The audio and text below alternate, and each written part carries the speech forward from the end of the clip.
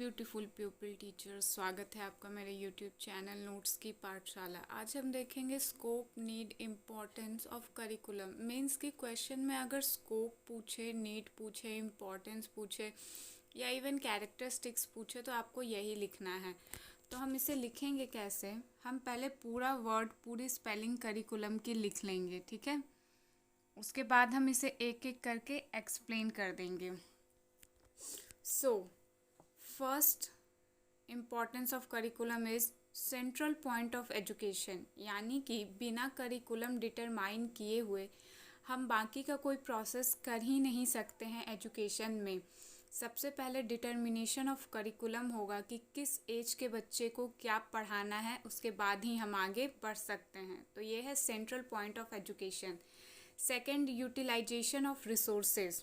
अब हमने curricular determine कर लिया है। दूसरी चीज़ हम क्या करेंगे, रिसोर्सेज को यूटिलाइज करेंगे, यानी हमारे पास जो टीचिंग फैकल्टी है, नॉन टीचिंग फैकल्टी है, उसे हम कैसे यूटिलाइज करेंगे जिससे कि हम उनका मैक्सिमम पोटेंशियल को यूज़ कर सकें for the development of child.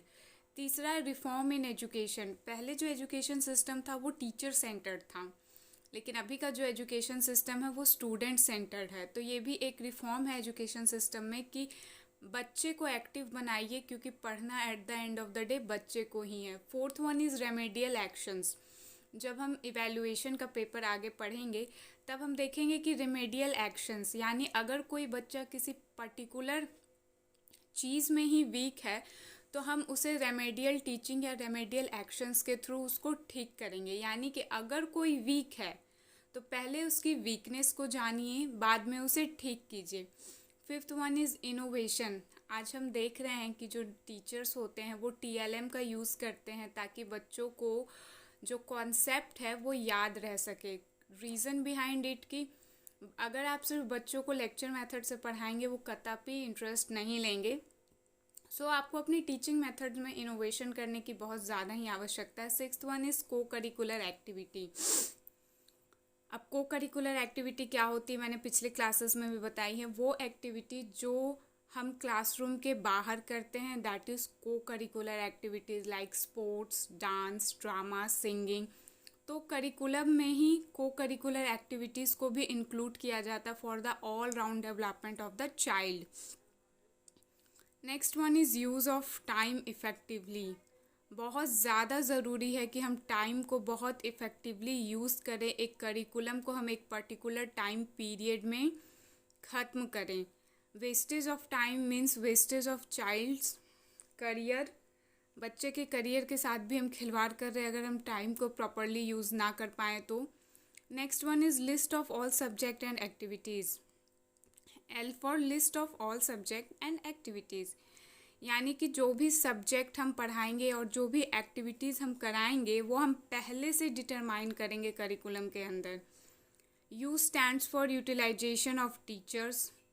Definite सी बात है कि हम इतने एडवांस्ड करिकुलम की बात कर रहे हैं जहां हम बच्चे को ऑल राउंड डेवलपमेंट देंगे, तो हमें टीचर्स को भी अप टू डेट रखना चाहिए और उनके नॉलेज को यूटिलाइज करना चाहिए।